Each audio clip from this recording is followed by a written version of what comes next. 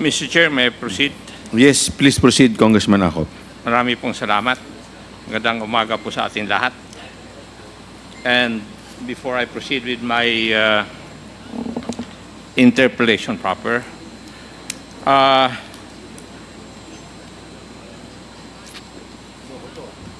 Attorney Pua. Yes, Yeah. sir. Yeah, Mr. Chair. Would it be correct that you stated in the previous hearing na only the Vice President and the SDO know where the confidential funds went? Based on the documents, Your Honor, I would assume so. Did you state that? What I was asked, Mr. Chair, I was asked, Your Honor, I think by Representative Castro, if I knew anything about it. And I said na sa totoo, wala po talaga akong kinalaman sa management or operation ng confidential funds.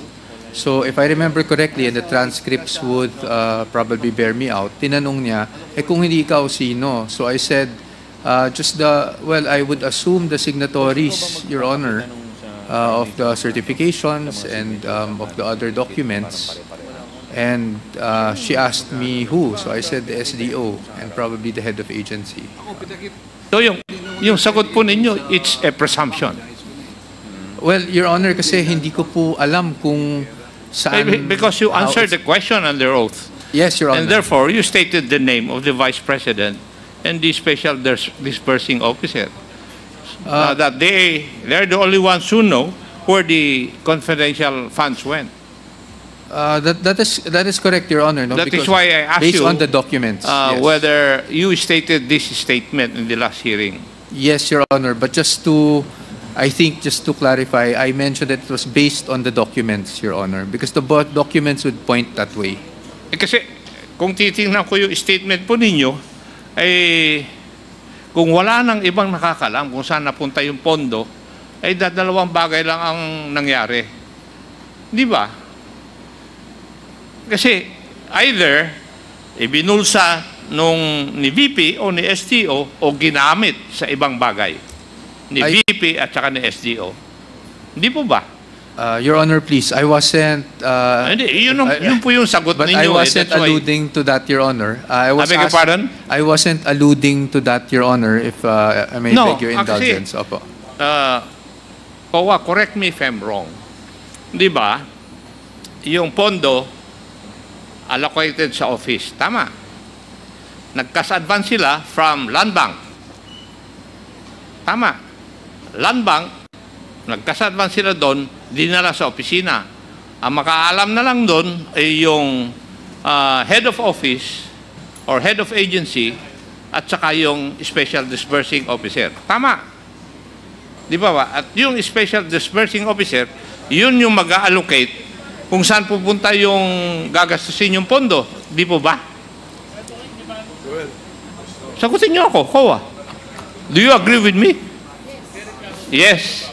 Pakisabi sa mic para marinig po lahat. With your permission, Your Honor, yes po, Your Honor. Yes. And therefore, kung yung liquidation or clearing process ay hindi totoo at bogus, ibig sabihin, nagamit yung pera sa ibang bagay. Would you agree with me, Kowa?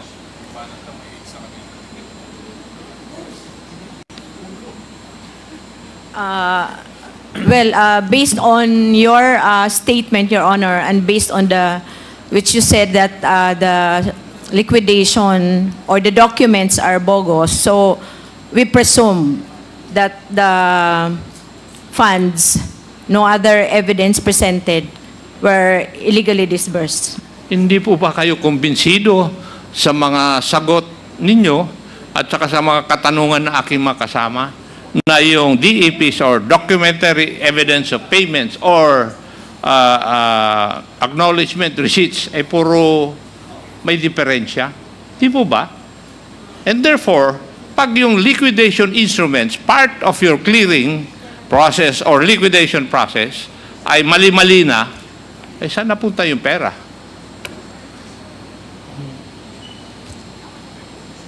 Tell me. Dalawang bagay lang po.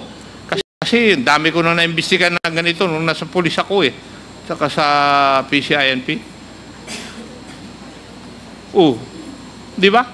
Either ibinulsa or ginamit sa iba. Either way, mali.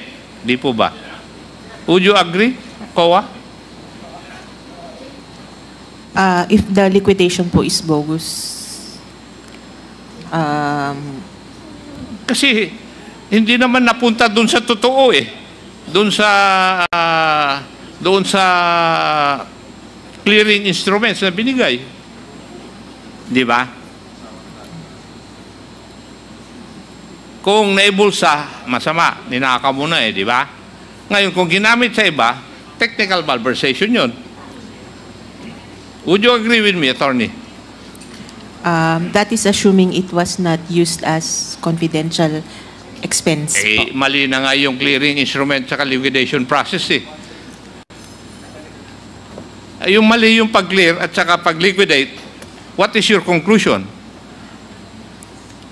That the funds were not used as confidential. Supposed to be used. As As it is supposed to be It's used. supposed to be used. Yes. That is the logical conclusion. Di po ba? Would you agree with me, Madam Attorney? Personal opinion, yes, Mr. Chair. Ha? Personal opinion po, Mr. Chair, yes, I would have to agree. Ewan ko. Pero kasi sa dami na naimbestigahan ko, ganun ang nakikita ko eh. Kayo naman, ang tagal nyo na sa COA, hindi nyo pa rin nakikita yon.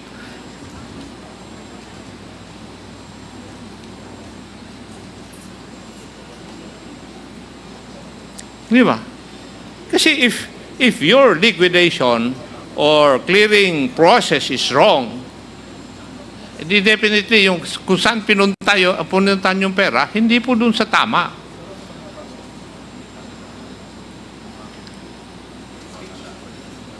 Could you give me an instance na mali yung liquidation process, tama yung pinuntahan ng pera? Pursuant to your guidelines.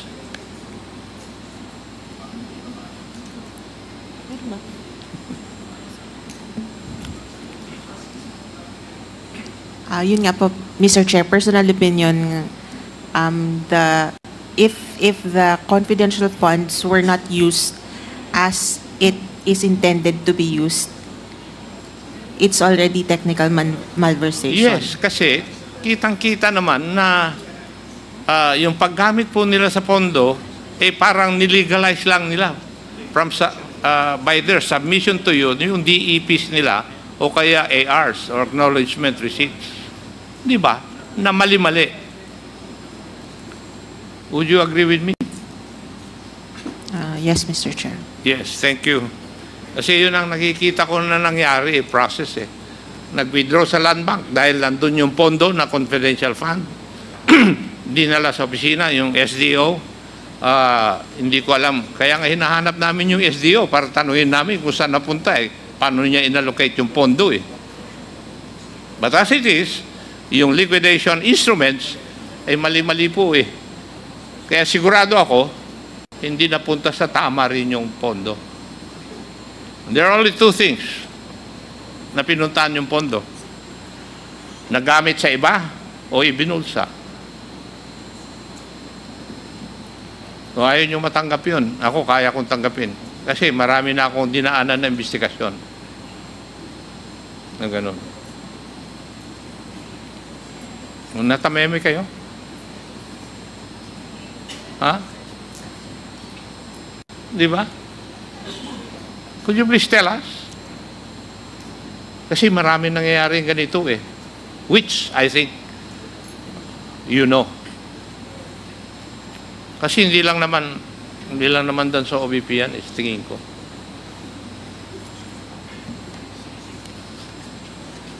Okay? So,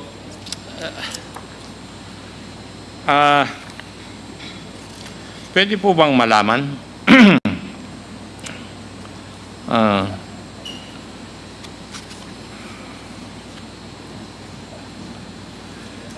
yun pong mga certification na ginamit po yung security group ni Vice President. Tinanggap din po ninyo.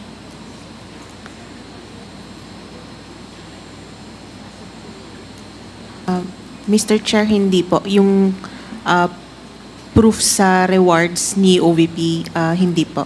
Hindi. Kaya po na-disallow yung payment of rewards. Sa DepEd. Sa DepEd po kasi, parang na-deem namin na independent party yung nagbigay ng certification. So, Pakilapit lang yung... since na-deem namin na independent na group yung nag-issue ng certifications, we accepted the certifications. So, tinanggap ninyo. Opo, Mr. Yung Chair. yung certification galing doon sa office ng Vice President Security Group. Hindi po. Yun ang hindi po namin tinanggap since parang kasama din po ng OVP po yun eh. Pero yung sa DepEd po kasi, ibang party na po kasi yung nag-issue ng mga certifications. Ayun yung natanong na nung last hearing Yes, yung mga Mr. Chair. Philippine Army units Yes, Mr. Chair. na nag-conduct ng Youth Leadership Summit. Yes, Mr. Chair. Yes, thank you. But would you agree with me that the office of the Vice President is separate from the office of the VPSG? Yes, Mr. Chair. But they are the group that is specifically, it's like yung PSG po ni President na specific na naka-assign kay VP po. Kaya nga. And would you agree with me also that the office of the security group of the Vice President would have their own funds? Yes, Mr. Chair. Yes, and therefore would not need the confidential funds coming from the Secretary of the Department of Education and from the Office of the Vice President. Would you agree with me? Yes, Mr. Chair. Yes, thank you. Wala kasi dito yung mga kwan eh. Dapat yun ang tatanungin eh. Now, are you aware na there were 787 acknowledgement receipts where there were no names but there were signatures? Yes, Mr. Chair. You're aware of that. And there were 302 ARs that had unreasonable names. Would you agree also? Unreasonable names, Mr. Chair.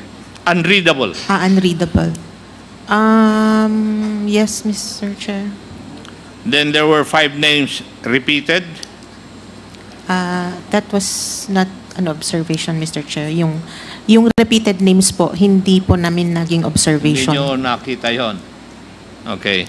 And insofar as the confidential fund of the Department of Education is concerned, yung location ng where the YLS were conducted did not match locations where information to support this YLS were supposedly bought.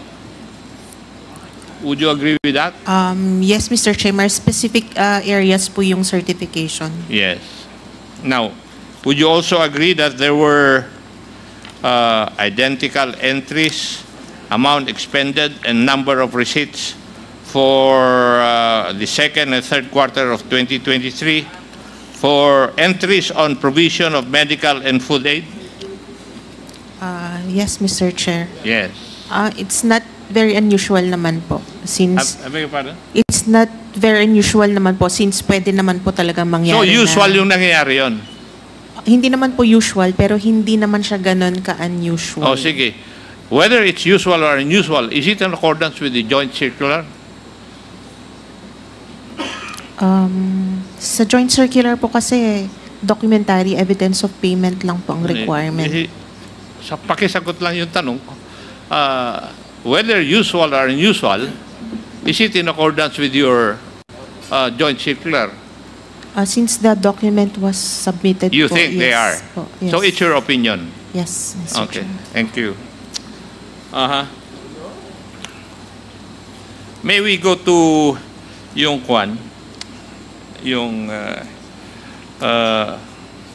acknowledgement receipts or DEPs. Now, we have examined yung DEPs or acknowledgement receipt, which were used to liquidate the confidential funds. And I would like, Mr. Chair, to make the following statements from the examination. May nakita po na mga acknowledgement receipts that all appear to be signed by the same pen. Would you agree with that also, Madam Kawa? Yes, Mr. Chair. Since either blue or black po yung... Yes, kaya nga. Makikita po natin ito sa color ng ink. Yes, Mr. Chair. Yeah. Which is a very distinct shade of blue na may shades of black. I think it's there, shown.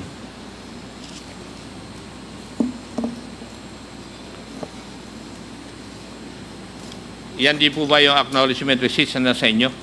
Yes, Mr. Chair. And wala po kayong napansin? Yung ni-note lang po namin is yung mga iba ang date, yung mga unsigned. Yun po, Mr. Chair. Ganon. Yes, Mr. Chair. Mr. Chair, I would just like to manifest that all these acknowledgement receipts are under the names of different persons, pero wala po dyan yung naulit. Dyan po sa 10 na yan. But if we look at it, the names and signatures of different persons appear to be written with the same pen, with a distinct ink on different dates. I think this is highly irregular. Bilang ako, isang investigador. Now, Madam Attorney, you confirm that you have received these acknowledgement receipts as part of the submissions of the Office of the Vice President to liquidate their confidential funds? Yes, Mr. Chair. Yes. Okay. Now, would you agree with me that these 10 acknowledgement receipts appear to be written with the same color of ink? Yes? Like I said, sir, it's either blue or black po kasi yung ink. So, Gusto ko lang malaman yung sagot po ninyo. yes, Mr. Thank Chair. you. And this is a distinct shade of blue na almost black. Parang may gradient po siya. Tama. I cannot remember. Kaya nga ikaw, ng sabi mo, Mr. ang sagot Chair. mo, it's either blue or black eh. Kasi parang naglalaro yung ink na ginamit sa blue or black. Yes, Mr. Chair. Common Yeah. naman po yun na nakikita namin either blue or black ang signature. When you say common, sa lahat po ba ng opisina na inaudit niyo, ganyan? Either blue or black. Yes, Mr. Blue or Chair. black din? Sa lahat ng opisina ng gobyerno na inaudit ninyo? Yes, Mr. Chair. Like, kami rin, sir, either blue or black po ang ginagamit namin. Ha? Either blue or black din po yung ginagamit namin. Yeah. And I would like to show kung ano yung ink dun sa pag-imbestiga namin eh. Yan. Yung kulay. It's Prussian blue. Would you confirm that this is the same or very similar color as the ones in the ARs that were submitted to you? Hindi ko na maalala yung itsura, Mr. Chair. Okay. Tingnan po natin yung yung pinirmahan ni Assistant or ASEC Ortonio. Hindi po ba parehas yung pinakita ko na Prussian blue? Mukhang parehas, Mr. Chair. Ha? Mukha pong parehas. Parehas. So, it's the same ink used by ASEC Lemuel Ortonio, the Assistant Chief of Staff of the Office of the Vice President. Tama? Mukha pong pareho, Mr. Chair. No. Now, Mr. Chair, there had been also observations that there are acknowledgement receipts which bear the same or similar handwriting parehas po ang handwriting.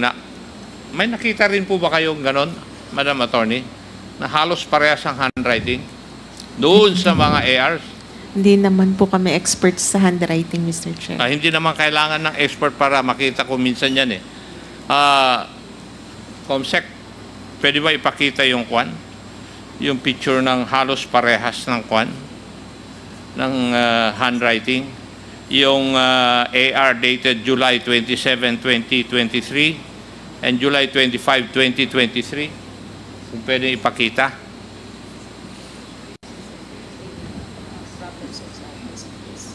No problem.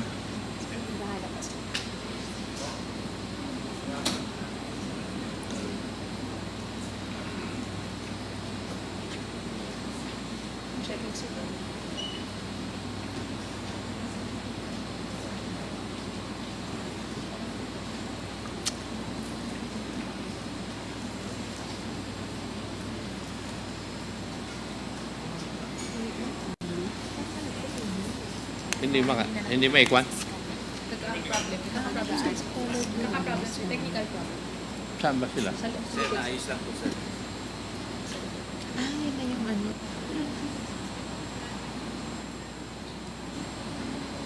Sir, may I be acknowledged while we're waiting for ICTS to fix the technical problem? Your Yes, Comsec, you are acknowledged. Your Honor, we would like to recognize Honorable Julian Jam Baronda, Deputy Majority Leader from the Lone District of Iloilo City, and Honorable Crispin Diego Ping Remulla, Vice Chairperson from the 7th District of Cavite, Your Honors.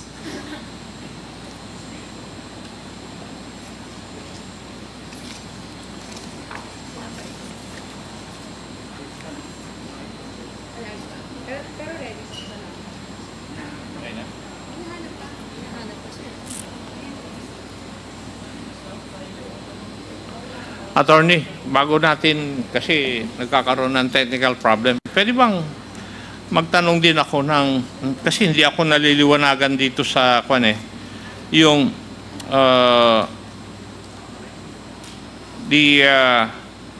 there is a deficiency, I think, that you have noted, that the payment of rewards to informers must be supported with documents evidencing the success of the information gathering and or surveillance activities on account of the information given by the informer.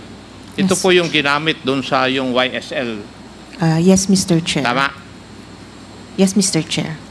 Ano po yung ang aking pagkaintindi rito, correct me if I'm wrong, na dapat may makuha ng information na ginamit yung confidential fund and that an activity was conducted because of that information, and that information gathering and that activity were successful. Yes, Mr. Chair. Tama po ba yung Tama po. pagkaintindi ko? Tama pa, Mr. Now, Chair. if I may ask, how would you know or how would you be able to find out na merong information na nakuha muna before they have conducted their YSL?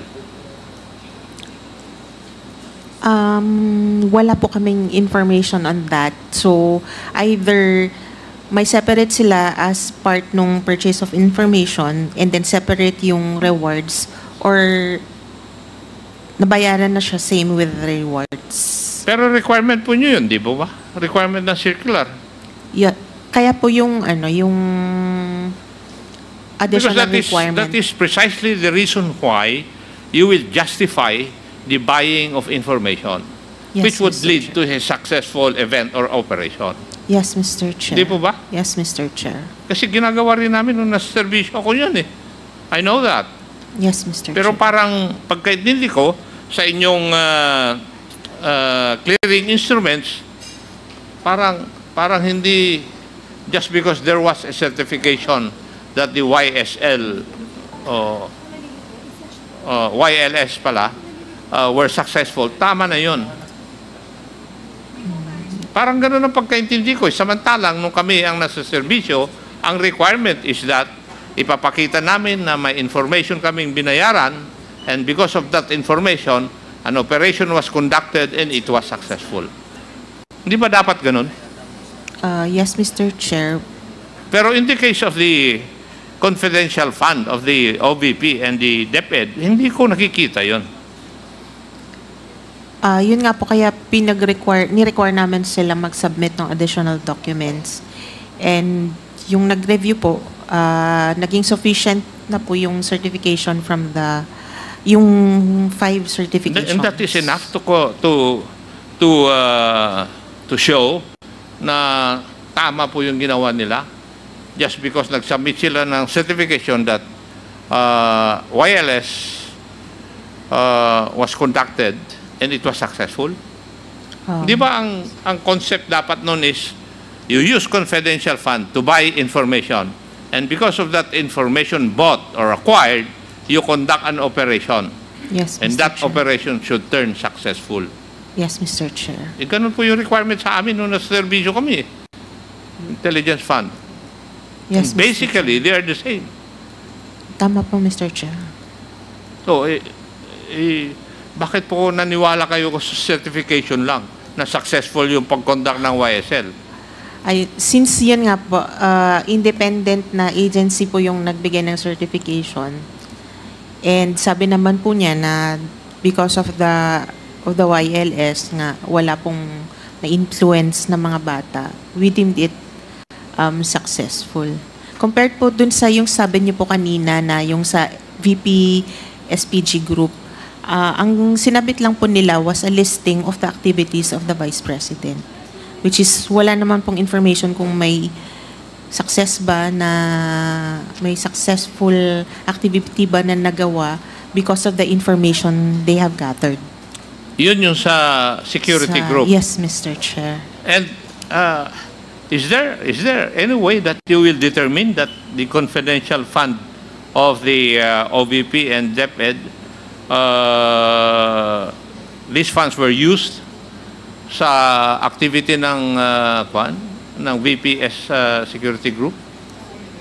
Kasi they have their own funds. That was the first question I asked you a while ago. Yes, Mr. Chair.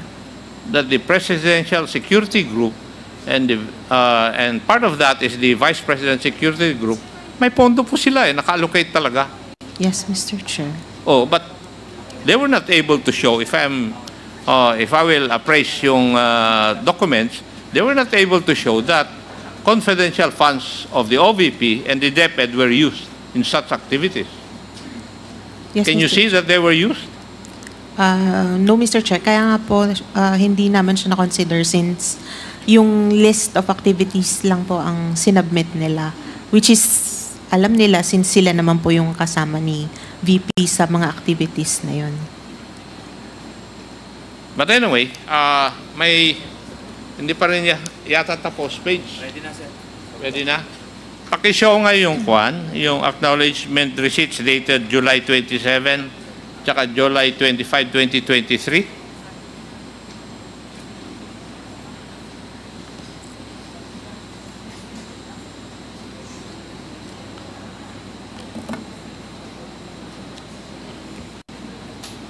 Wala pa rin.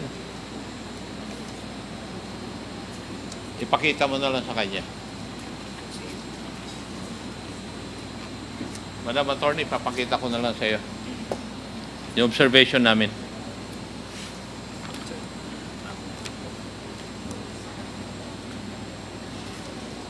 Yan lang, tingnan mo lang yung receipt na yan.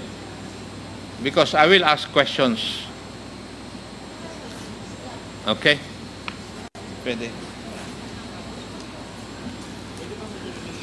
Did you notice na isa lang ang gumawa nito? Mr. Chair, sorry, tinignan yun ko lang lang. sinasabi ko Kaya tingnan mo. You observe it properly. Ayan na. Okay na. Ayan. Nakita mo? Yes, Mr. Chair. Would you confirm that these were submitted to your office? Yes, Mr. Chair. Yes. Now, if you observe, kindly observe the letter J. Tama po ba na halos parehas yung letter J dyan? Yes, Mr. Chair. Yes. Tama rin po ba na parehas din yung color ng ink na ginamit at saka yung lapad po ng pagkasulat? Yes, Mr. Chair. Would you be able to state, Madam Attorney, na these two receipts were written by the same person? Probably, Mr. Chair. Probably. Pero these are two different acknowledgement receipts indicating different dates Yes, and Mr. indicating different payees. How can that be? Pwede naman pong either of those two persons wrote the same and then someone else So that is signed. regular? No. I'm not saying regular po, pero it Hindi could nga, happen. tinatanong ko nga is, nagkakaroon tayo ng observation. Now, Yes, Mr. do you think this is regular?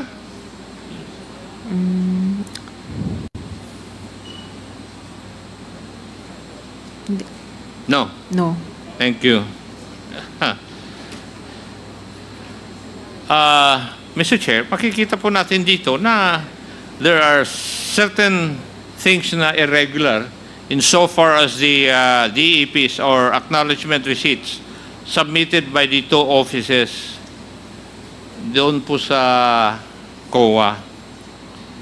Now, I would like to point again another observation which we have made. This time, an acknowledgement receipt with the name KV that repeats in OVP and DepEd acknowledgement receipts.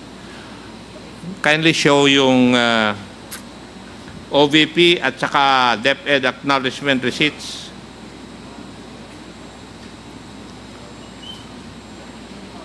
O, parehas lang yan. Nandun sa OVP, nandun pa sa DepEd. Hindi nyo napansin ito? Hindi po, Mr. Chair, since na-audit siya ng magkaibang time.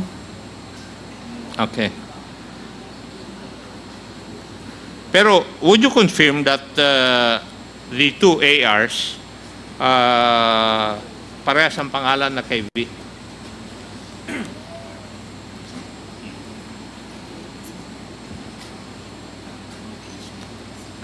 Hindi ko na maalala yung exact document, Mr. Chair. Sige, I'll give you the benefit of the doubt. Again, Mr. Chair, pwede po bang ipakita natin yung last AR dated 12/30/2022?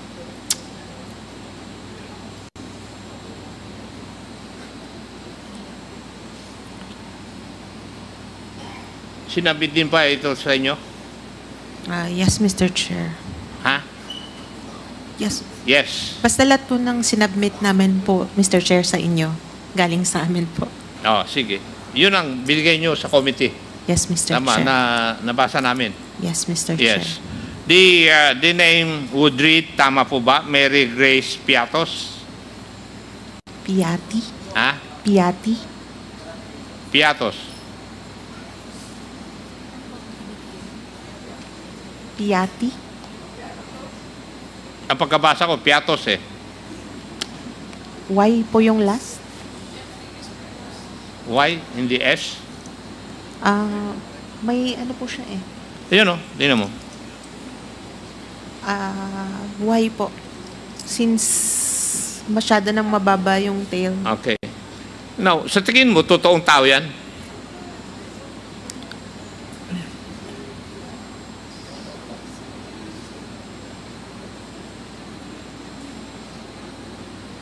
What's your opinion?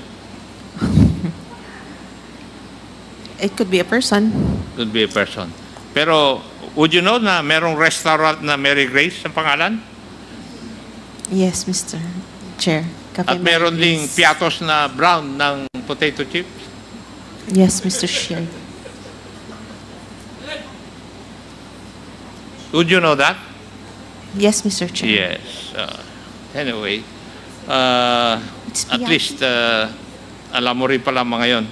Now, Mr. Chair, I would just like to repeat what I've said a while ago, na everything na tinanong ng aking mga kasamahan tungkol sa documentary evidence of payments or acknowledgement receipts ay karamihan po ay hindi po totoo.